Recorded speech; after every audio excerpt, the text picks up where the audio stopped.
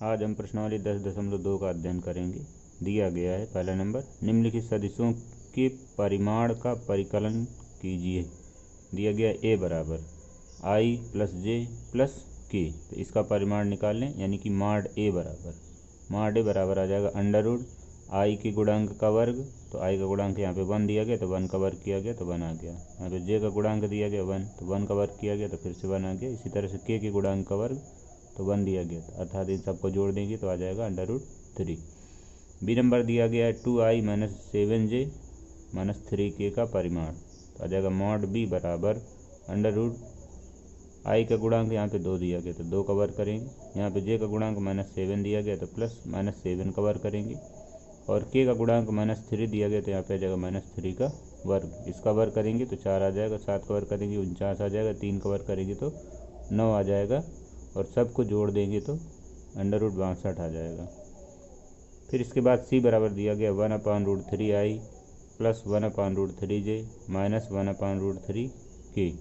हम इसका परिमाण निकालेंगे तो आ जाएगा मॉड सी बराबर अंडर रूट 1/3 का वर्ग √3 का वर्ग प्लस 1/√3 का वर्ग प्लस 1 माइनस 1/√3 का वर्ग। इसका वर्ग करेंगे तो 1/3 आ जाएगा, इसका वर्ग करेंगे तो 1/3 आ जाएगा, इसका वर्ग करेंगे तो 1/3 आ जाएगा। हर बराबर है, अंश वाले जुड़ जाएंगे, अर्थात आ जाएगा 3/3। तो ये इससे कट जाएगा, बचेगा 1 और 1 का वर्गमूल निकालेंगे तो 1 आ जाएगा।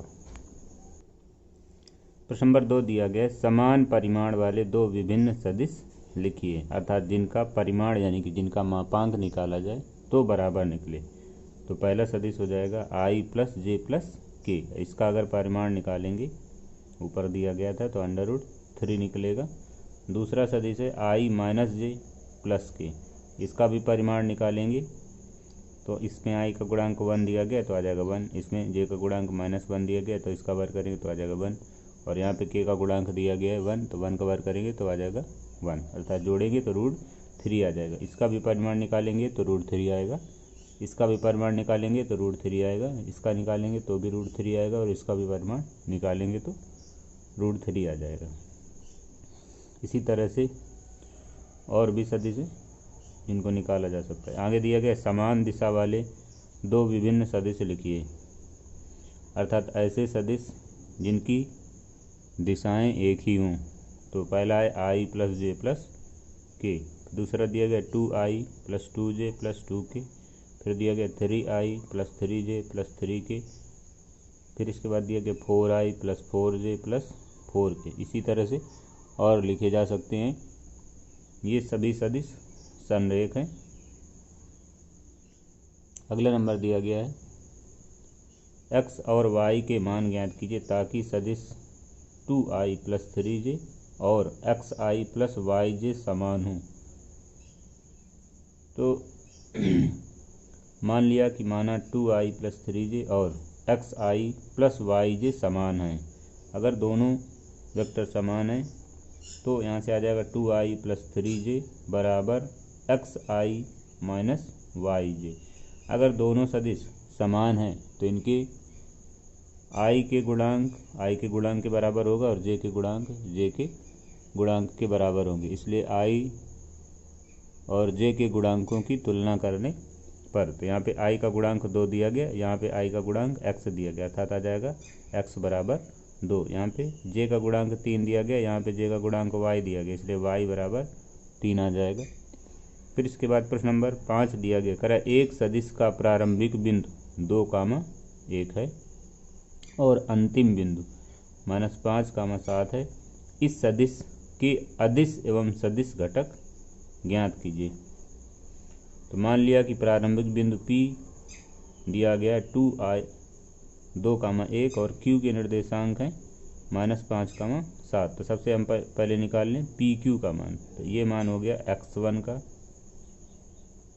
ये y1 का, ये x2 का, ये y2 का। तो PQ बराबर वेक्टर PQ बराबर सूत्र होता है x2 माइनस x1, तो माइनस का 5 माइनस का 2 i plus y2 minus y1j।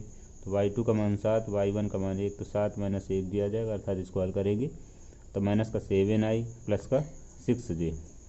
तो सबसे पहले इसके अदिश घटक, तो अदिश घटक हो जाएंगे माइनस का 7 और कामा 6 और सदिश घटक हो जाएंगे माइनस का 7i कामा 6j।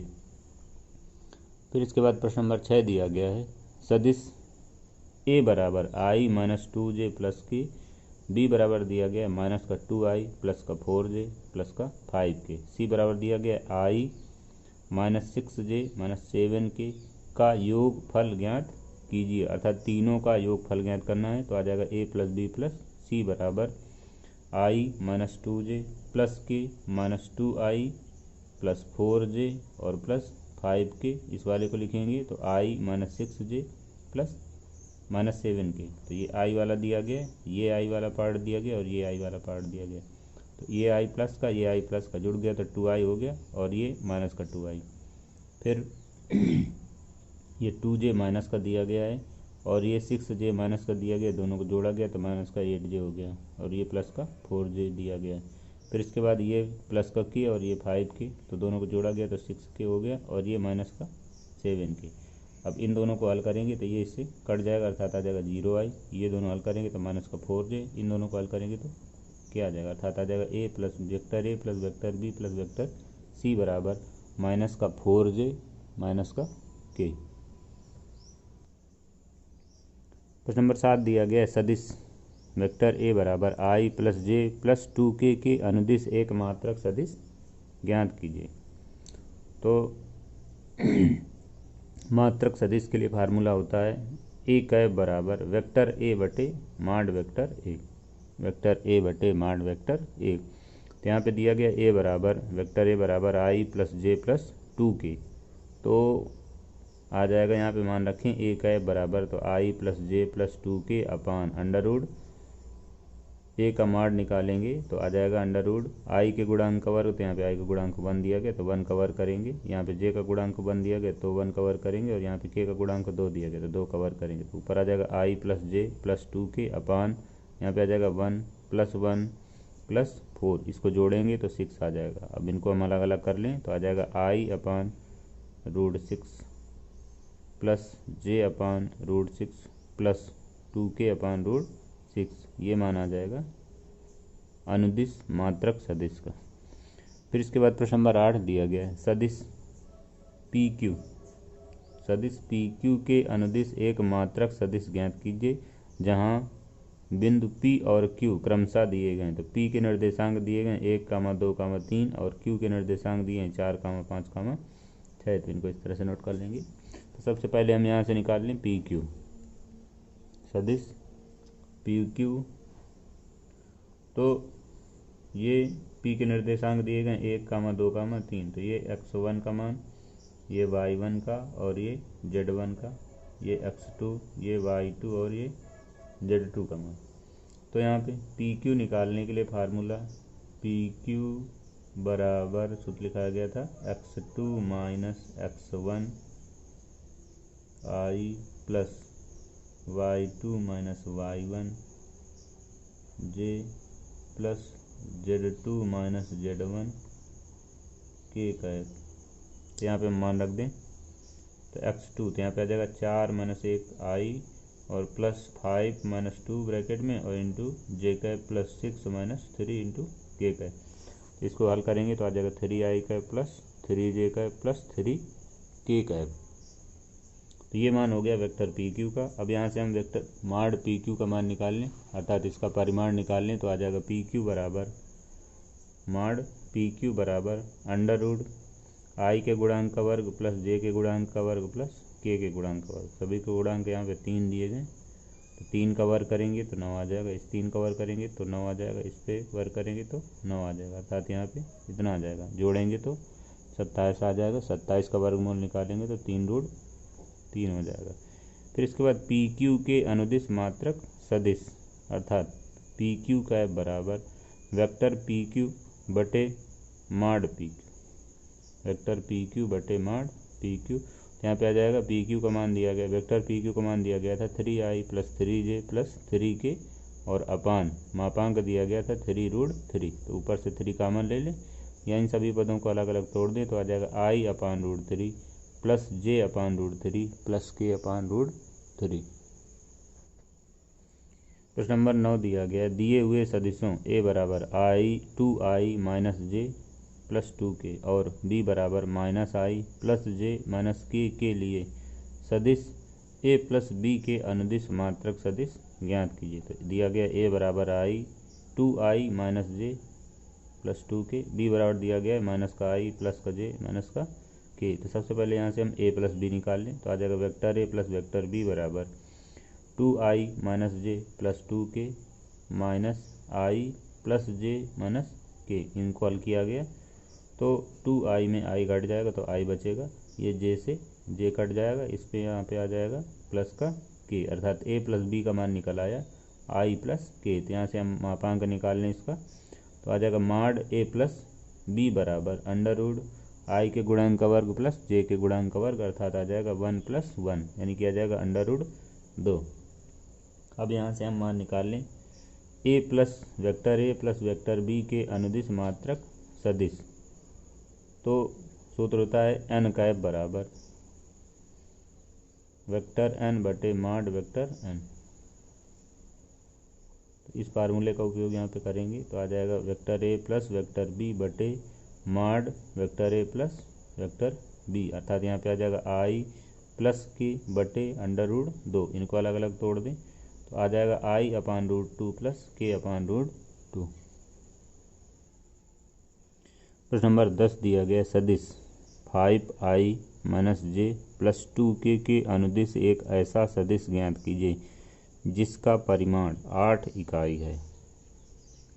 तो मान लिया कि माना वेक्टर a बराबर 5i minus j plus 2k है।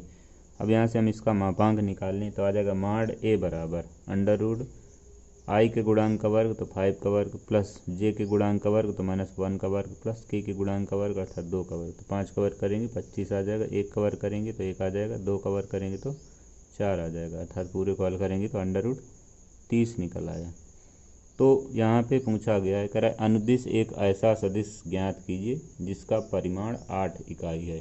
तो सबसे पहले हम दिए गए सदिश के अनुदिश एक मात्रक सदिश ज्ञात कर लें, मात्रक सदिश यानी कि एकांक सदिश, और फिर उसमें यदि हम 8 का गुणा करा देंगे तो उसका परिमाण 8 मात्रक हो जाएगा। इसलिए ए के अनुदिश मात्रक सदिश, तो वेक्टर ए कैप यहाँ पे आ जाएगा अनुदिश मात्रक सदिश ए कैप बराबर वेक्टर ए बटे मॉड वेक्टर ए, अर्थात यहाँ पे आ जाएगा 5i minus j plus 2k upon under root 30।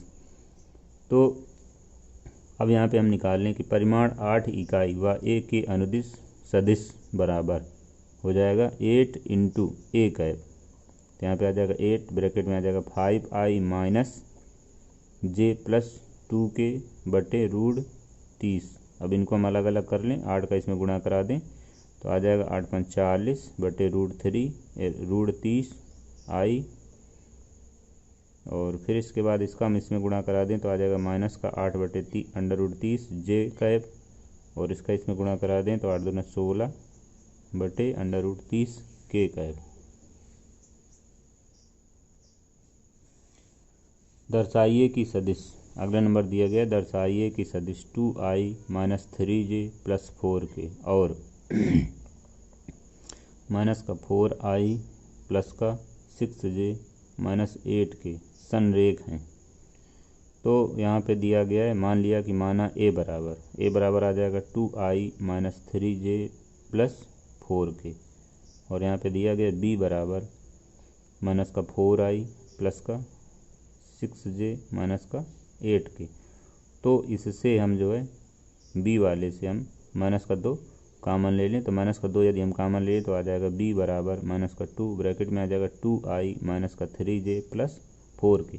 तो ये 2i plus minus 3j plus 4k ये दिया गया, ये a का मान है, इसलिए अगर हम यहाँ पे a रख दें तो आ जाएगा वेक्टर b बराबर माइनस 2 वेक्टर a, जो कि b बराबर लेमडा a के रूप का है, जो कि b बराबर लेमडा a के रूप का है। अतः सदिश a व b संरेख हैं। या फिर इसे ऐसे हल कर लें, a और b के i के गुणांक का अनुपात निकाल लें, तो यहाँ पे i का गुणांक दिया गया 2 और इस पे दिया गया माइनस का 4, अर्थात आ जाएगा 2 बटे माइनस का 4, तो यहाँ पे आ जाएगा माइनस का 1/2। फिर इसके बाद जे के गुणांक का अनुपात निकालें तो यहाँ पे आ जाएगा माइनस का 3 और इसमें माइनस का 6, अर्थात आ जाएगा -3/6। इसको भी हल करेंगे तो जैसे इसमें माइनस का 1/2 आया था उसी तरह से यहाँ पे भी माइनस का 1/2 आ जाएगा। और फिर इसके बाद के गुणांक का अनुपात निकालें तो यहाँ पे के का गुणांक 4 दिया गया, यहाँ पे माइनस का 8 दिया गया, तो आ जाएगा 4/-8। तो इसको हम हल कर लें तो आ जाएगा 1/2। तो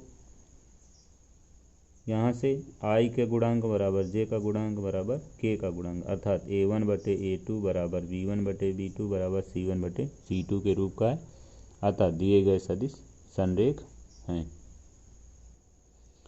प्रश्न नंबर 12 दिया गया सदिश i + 2j + 3k की दिक् कोसाइन ज्ञात कीजिए, अर्थात दिक् को ज्ञात करना है। तो दिया गया a बराबर, मान लिया कि माना a बराबर i + 2j + 3k, इसका मापांक निकालें तो आ जाएगा मॉड a बराबर √i के गुणांक का वर्ग प्लस j के गुणांक का वर्ग प्लस k के गुणांक का वर्ग। तो यहाँ पे दिया गया i का गुणांक 1, j का 2 और k का दिया गया 3, तो यहाँ पे आ जाएगा 1 का वर्ग प्लस 2 का वर्ग प्लस 3 का वर्ग। हल करेंगे तो √14 निकल आएगा। अब यहाँ से हमें ज्ञात करना है दिक् कोसाइन, तो दिक् कोसाइन L, M, N होते हैं। तो L बराबर सूत्र होता है i का गुणांक बटे वेक्टर का मापांक, अर्थात आ जाएगा i का गुणांक 1 दिया गया बटे मापांक निकाला गया था तो √14 दिया गया, अर्थात आ जाएगा 1/√14। m का मान निकालें तो m का मान हो जाएगा j का गुणांक बटे मापांक, तो j का गुणांक यहाँ पे 2 दिया गया बटे √14 आ जाएगा। इसके बाद n बराबर दिया गया k का गुणांक बटे वेक्टर a का मॉड, तो आ जाएगा 3/√14। तो नंबर 13 दिया गया बिंदुओं a दिए गए हैं 1, 2, -3 एवं b -1, -2, -1 को मिलाने वाले एवं a से b की तरफ दिष्ट सदिश की दिक् कोसाइन ज्ञात कीजिए। तो ए के निर्देशांक हैं 1, 2, -3, अर्थात ये मान हो गया x1 का, ये y1 का और ये z1 का। इसी तरह से ये x2 का, ये y2 का और ये z2 का। तो सबसे पहले मान निकालें यहाँ से वेक्टर ए बी का। तो वेक्टर ए बी बराबर सूत्र होता है x2 - x1 × i cap plus y2 - y1 × j cap plus z2 - z1 × k cap. तो यहाँ पे हम x1, x2, y1, y2 और z1, z2 के मान रख दें तो यहाँ पे आ जाएगा ब्रैकेट में -1 × i कैप प्लस ब्रैकेट में आ जाएगा -2 j कैप प्लस ब्रैकेट में आ जाएगा 1 + 3 k कैप।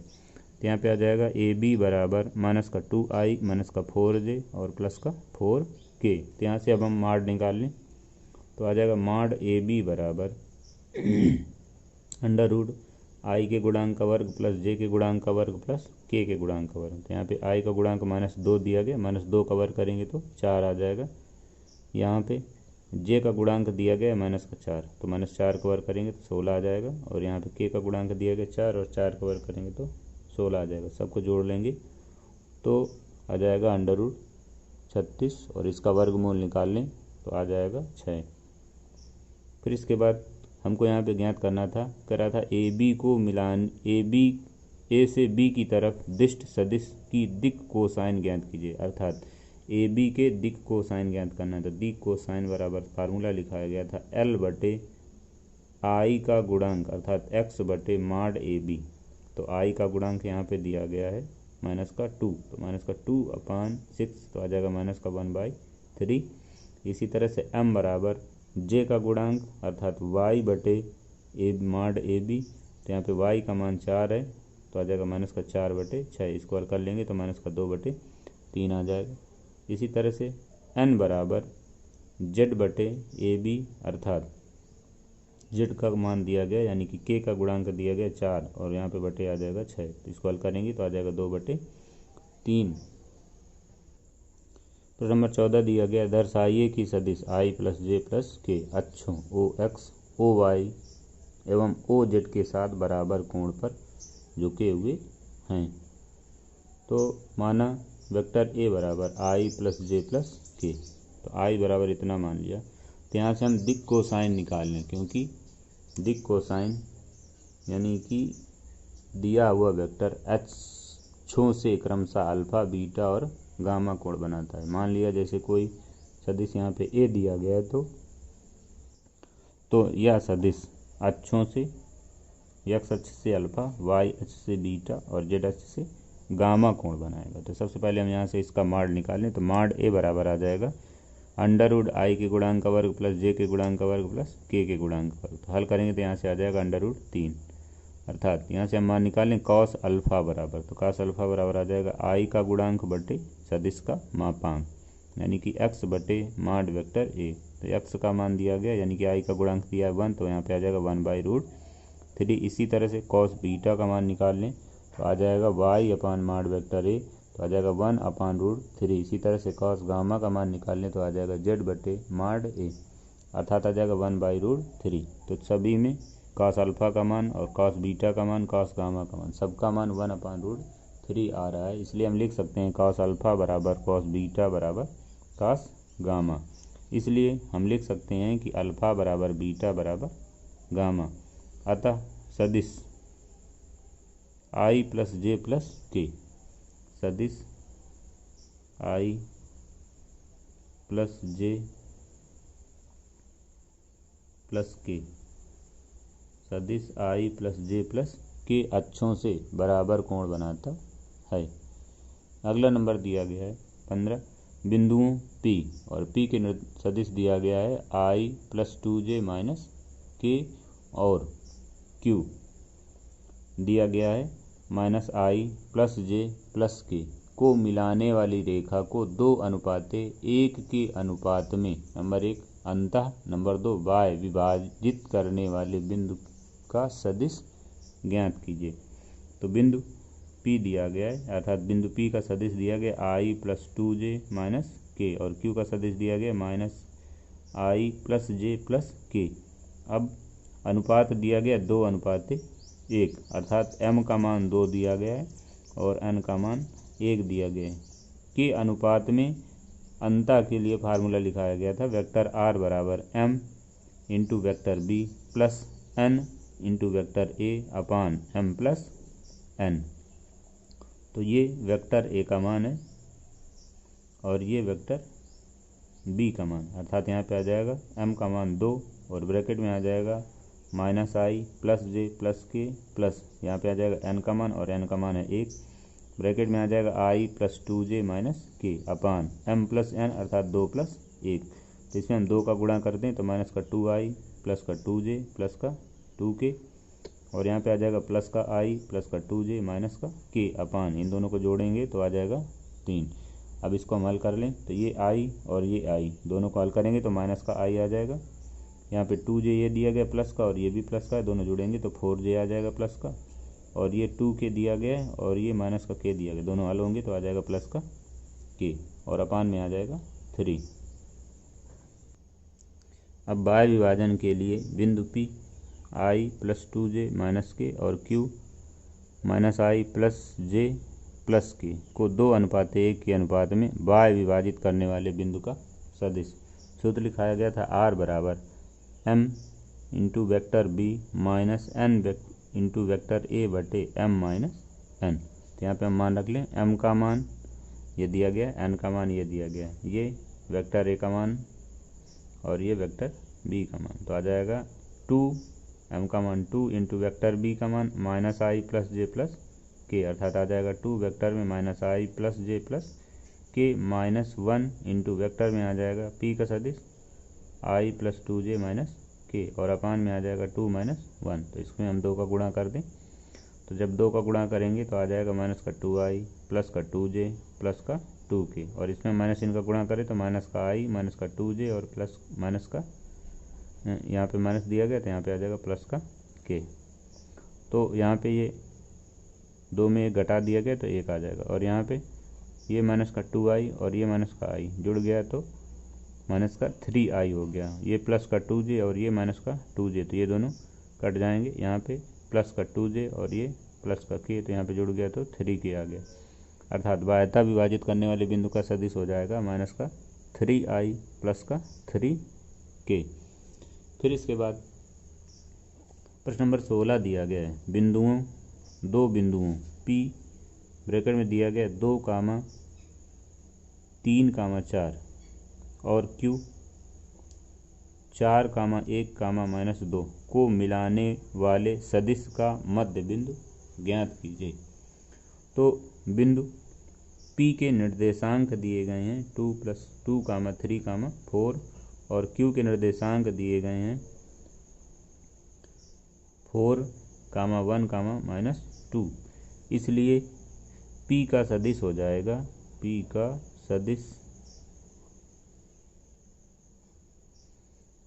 यहाँ पे 2i + 3j + 4k और Q का सदिश हो जाएगा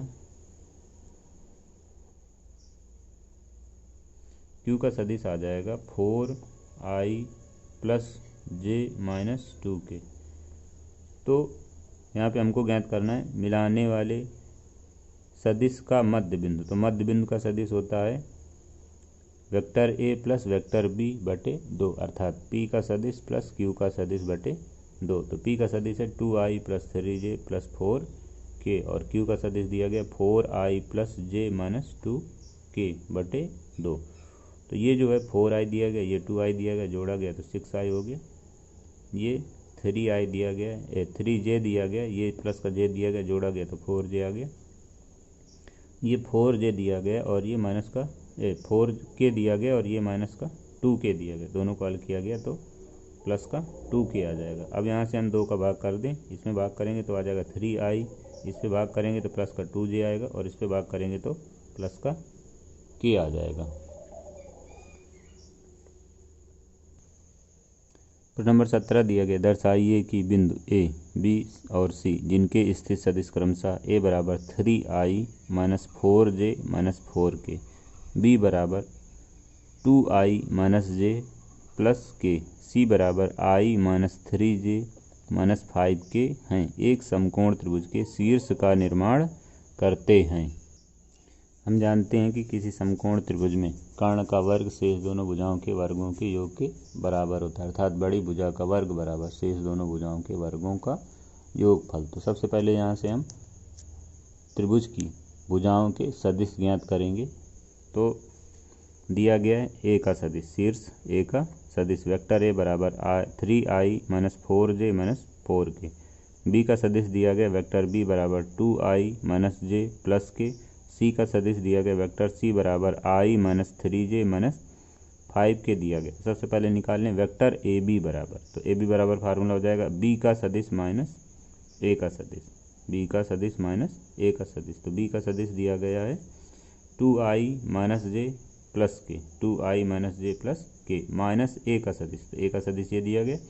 अब यहाँ पे हम जब लिखेंगे तो माइनस इनका इसमें गुणा करा देंगे तो आ जाएगा माइनस का 3i और यहाँ पे हो जाएगा प्लस का 4j और यहाँ पे हो जाएगा प्लस का 4k। तो i वाले को i वाले के साथ हल करेंगे तो यहाँ पे आ जाएगा माइनस का i और j वाले को j वाले के साथ हल करेंगे तो यहाँ पे बचेगा प्लस का 3j, k वाले को k वाले के साथ हल करेंगे तो आ जाएगा प्लस का 5k।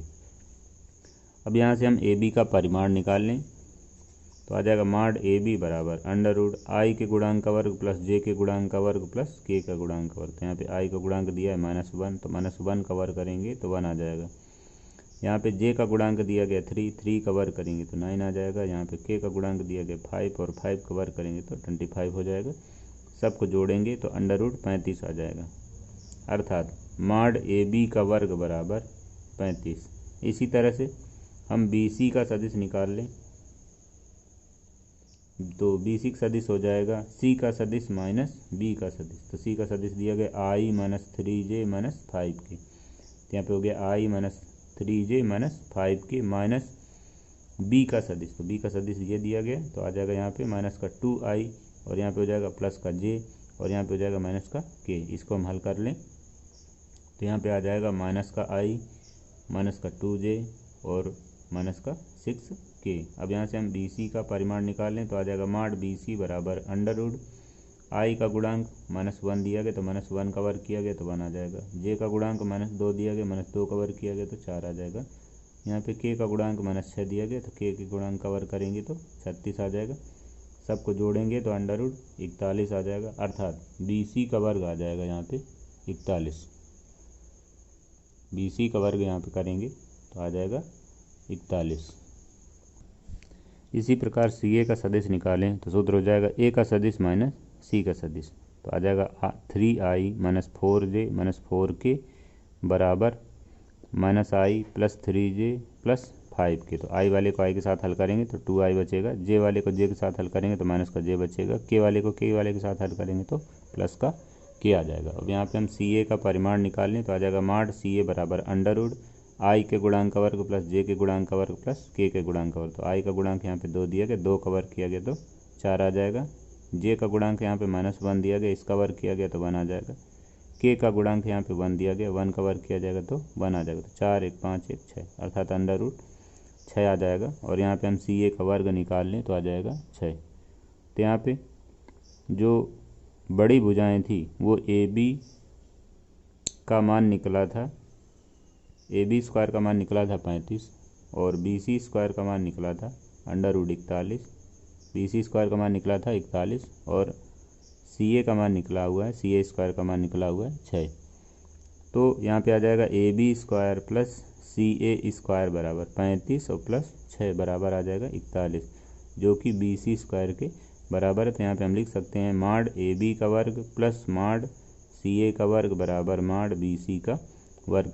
अतः दिए गए शीर्ष या समकोण त्रिभुज के शीर्ष का निर्माण करते हैं, दिए गए शीर्ष समकोण त्रिभुज के शीर्ष का निर्माण करते हैं। प्रश्न नंबर 18 दिया गया त्रिभुज ABC के लिए निम्नलिखित कौन सा कथन सत्य नहीं है। पहला कथन दिया गया AB plus BC plus CA बराबर 0। तो इसका हम लेफ्ट हैंड साइड ले लें तो आ जाएगा AB plus BC plus CA।